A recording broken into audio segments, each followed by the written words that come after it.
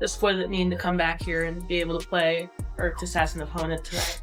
Yeah, AZ was good to me, but I'm way happier where I'm at now. It was good to see people. It was fun to play in front of some fans. But for me, I'm way happier. The Indiana Fever's road stretch ended in complete collapse with a crushing 95-60 defeat to the Phoenix Mercury. To make matters worse, 2 more key players went down with injuries, and Dana Bonner couldn't resist throwing shade during her post-game remarks. But Sophie Cunningham got the last laugh.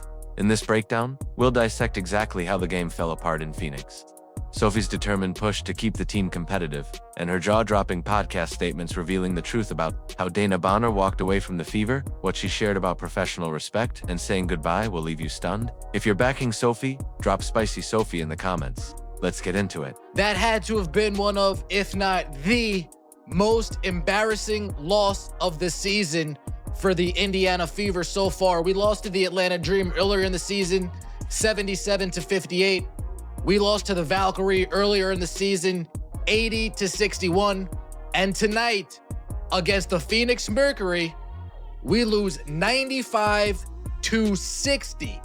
You could tell from the opening minutes that something was off.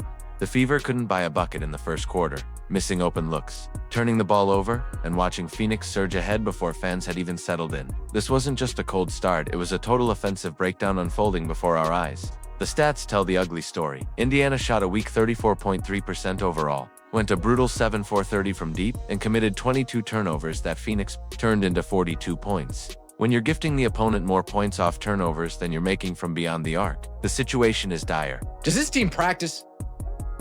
What I saw tonight looked like what I saw a month ago. Looked what I saw 3 weeks ago. Absolutely no offensive game plan. I thought this motion offense is when it's nobody's night, night in and night out. Everybody's allowed to have a night.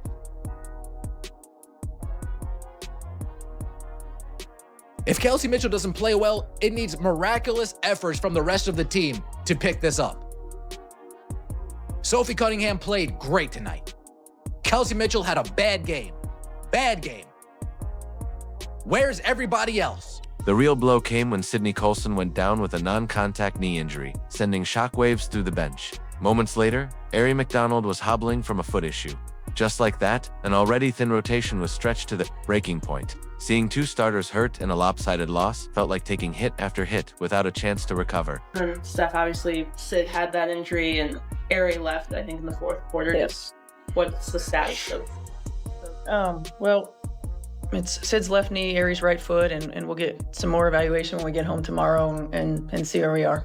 Phoenix dictated every aspect of this game. They dominated the glass, 44-32, and made Indiana look completely out of sync on both ends. The Mercury's defensive intensity created chaos, and the Fever never found a way to calm it. It was like watching one side play chess while the other was still figuring out checkers. Sophie Cunningham making her return to Phoenix, and it seems as if nobody on our team other than Sophie Cunningham felt any type of emotional connection to this game. Dana Bonner just got done doing your team absolutely dirty. You guys escape with a victory when they come to Indiana, and you wipe your hands of it like it's all over and finished with. No, it goes both ways. You don't think we want to beat her on her home court?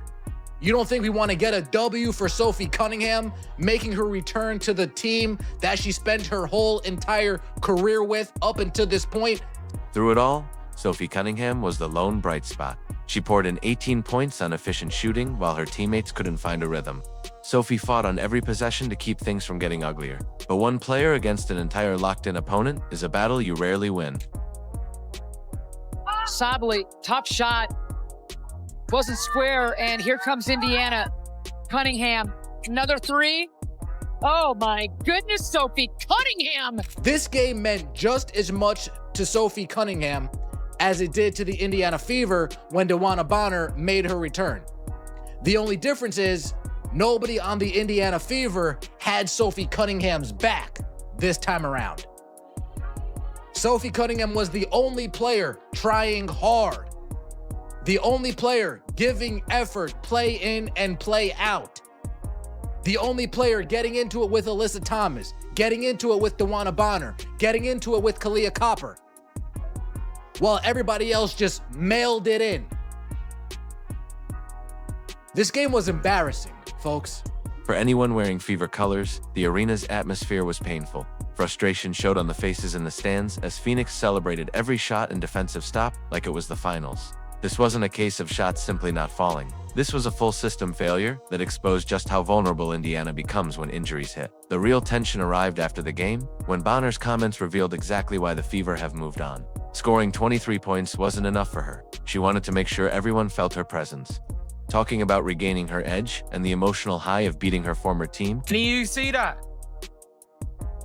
Dawana Bonner hit her first 3-point shot in about 6 months and runs down the floor after losing her starting spot to Lexi Hull. Runs down the floor and calls Lexi Hull a bomb to her face. Dawana Bonner is out here calling Lexi Hull a bomb to her face. But the game itself told a different story. Bonner spent much of it getting into verbal and physical battles, staring down Lexi Hull after makes, bumping into Sophie Cunningham whenever they shared the floor. This wasn't just competing. It was a performance designed to humiliate her old teammates. You know, it was, yeah, I don't know, emotions are kind of high. Honestly, it's just been a journey to get back to just being happy playing basketball again. Yeah, I'm just, the joy, trying to find that.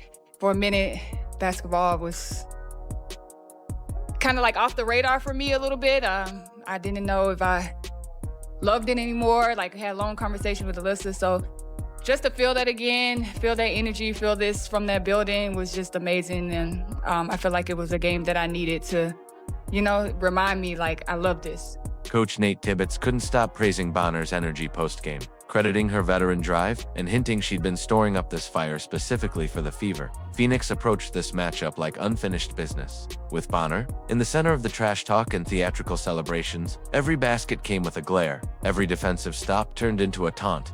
Toward Indiana's bench, Look at Bonner. the difference in post-game demeanor was glaring. Phoenix players were celebrating and taking verbal shots, while Indiana huddled together, checking on injured teammates and talking about resilience. The Fever were focused on unity. The Mercury seemed locked in on rubbing in the win. And for sure, I mean, it sucks, right? You don't ever want to see anyone be injured on any team. I feel like there's been a lot of injuries this year in the W, harsh ones, I think. And, you know, it's just another one. And Sid is still the heartbeat of our team. She's going to be okay. Our team's going to be okay. And again, it's just another hurdle that we're going to have to get over. Bonner's night felt less like pure basketball brilliance and more like someone desperately trying to prove a point to people who had already moved on. Every celebration had extra flair. While the Fever were more concerned with Sydney Coulson's injury, the contrast was clear in the locker room. Indiana's players talked about sticking together, while Bonner and Phoenix basked in beating a shorthanded team. Her 23 points couldn't mask the fact that her attitude reminded everyone why she never meshed with the Fever's team-first culture. But Sophie Cunningham was about to drop a truth bomb that put everything in perspective. Did you see that when DB came back and played for us, that they got mad that our fan base was booing her? I don't believe in booing former players unless they left on like some F you type shit. On her podcast, Sophie finally revealed what really happened when Dana Bonner left the Fever, and it was even worse than fans imagined. She began by acknowledging Bonner's Hall of Fame level talent and her unhappiness during her time in Indiana. But then came the bombshell that changed the whole narrative around Bonner's exit. I like DB because like DB was one of my vets when I was in Phoenix, and then we gathered here into Indiana, and like it was kind of a surprise that she was signed to Indiana anyway. And so we'll take her in a heartbeat. Like she's a Hall of Famer, she's a hell of a basketball player, can score from anywhere on the court. According to Sophie, Bonner didn't even send a simple text message to her teammates when she decided to walk away mid-season. Think about that. Months of practice, travel, and shared locker rooms, only for her to disappear without a single goodbye. But she got to Indiana and she just like really wasn't happy. And like, I want people to be happy. So that's why I'm kind of like neutral on this one, which a lot of people are surprised about. She's towards the end of her career. So like she deserves her flowers. She deserves to be happy. But I also think that if you're going to leave, like you're going to have to expect getting bit. Like, Was there explanation when it happened? No. Not even privately? Yeah, I mean, okay. That's tough. And, yeah, okay. Well, I did say what? Unless you leave on some fuck you type shit, and that's what that is, so. Yeah. Sophie made it clear this wasn't about play calling or strategy disagreements. She explained that a basic farewell message could have avoided all the awkwardness and drama that followed. Instead, the team got silence from someone they thought was a veteran leader. That detail painted the picture of a player who left without honoring the relationships she'd built. Like, I'm still rooting for her. Like, I want her to end her career and be happy. But I also think that, like, it's okay to be professional about it and, like, send a text to your teammates. Send a text and be like, hey, like, love you guys. Or you don't even have to say love you guys. Just like, hey, sorry this didn't work out. Good luck. Da-da-da-da. You know what I mean? Like, there's a way to handle that, I think. Because Sophie has carried much of the team's emotional weight this season, her comments on accountability and leadership hit differently. You could hear her frustration as she described what professional courtesy should look like. It wasn't about pettiness, it was about respect between teammates. I doubt DeWanna Bonner had any idea that how dirty she did her teammates on her way out of Indiana would ever come out to light. But Sophie Cunningham said, hold my beer. I got a podcast. I got this platform. I'm going to speak my mind. I'm not going to toe the company line. I'm not going to protect narratives. I'm not going to follow agendas. I'm going to tell you how it all went down. And DeWanna Bonner disappeared like a ghost. Her honesty reframed Bonner's Phoenix game, not as a redemption arc, but as a petty revenge performance against people she didn't even say goodbye to. Sophie's words highlighted the gap between players who fight alongside their team through adversity and those who bail when the going gets tough. While Bonner reveled in her win, Sophie's 18-point effort in a blowout loss showed the grit and commitment that defines championship-caliber teammates. Rimming out. Cunningham picks up the board. Here she comes. Sophie steps into the three. Woo-hoo-hoo-hoo. Is loving being in Indianapolis. She loves this team. She's feeling it on these. Cunningham hesitates. Ball on the deck. Sweet dish inside for Timpson. The injuries to Colson and McDonald could have been the perfect excuse for the Fever to fold. Instead, they stayed engaged, rallying around each other during timeouts, checking on the injured, and refusing to sulk. Lexi Hull standing up to Bonner's stare-downs proved this young core has backbone. She didn't flinch against a veteran trying to intimidate her on her own court. Hull matched the energy, sending a message that this team won't be pushed around by anyone. Phoenix doing a nice job on the boards. We talked about that, leading by 10. Wow. 7-17. You look at all the stats that you love as Cunningham buries, Staying hot. buries another triple. It's a tough call, and here's going to see the shot by the three-pointer against Copper. Sably, top shot. Wasn't square, and here comes Indiana. Cunningham, another three. Oh my goodness, Sophie Cunningham! The contrast in priorities told the story. Bonner sought personal satisfaction, while the Fever focused on their teammates and long-term resilience. That difference says more about organizational culture than any single game result ever could. Fever fans have fully embraced the current roster because these players embody something Bonner never did in Indianapolis: loyalty to the team's future. They're committed to building something sustainable instead of chasing personal grudges. Even without Caitlin Clark on the floor, this core has stayed true to its identity and values. They play hard, they back each other, and they represent their city with pride. The Phoenix loss was painful, but it also showed that the Fever's foundation isn't built on players who walk away when it gets tough. With Clark's return near, the adversity they've faced is becoming the spark for something bigger. Losing the wrong players might be the best thing that ever happened to them. The Fever's loyal core has faced injuries, defeats, and drama, and they're still standing together while their former teammates celebrate beating a depleted squad. That difference in character will matter most when it counts. If you're with Sophie, drop Spicy Sophie in the comments, hit like, subscribe, and turn on notifications so you don't miss the next update.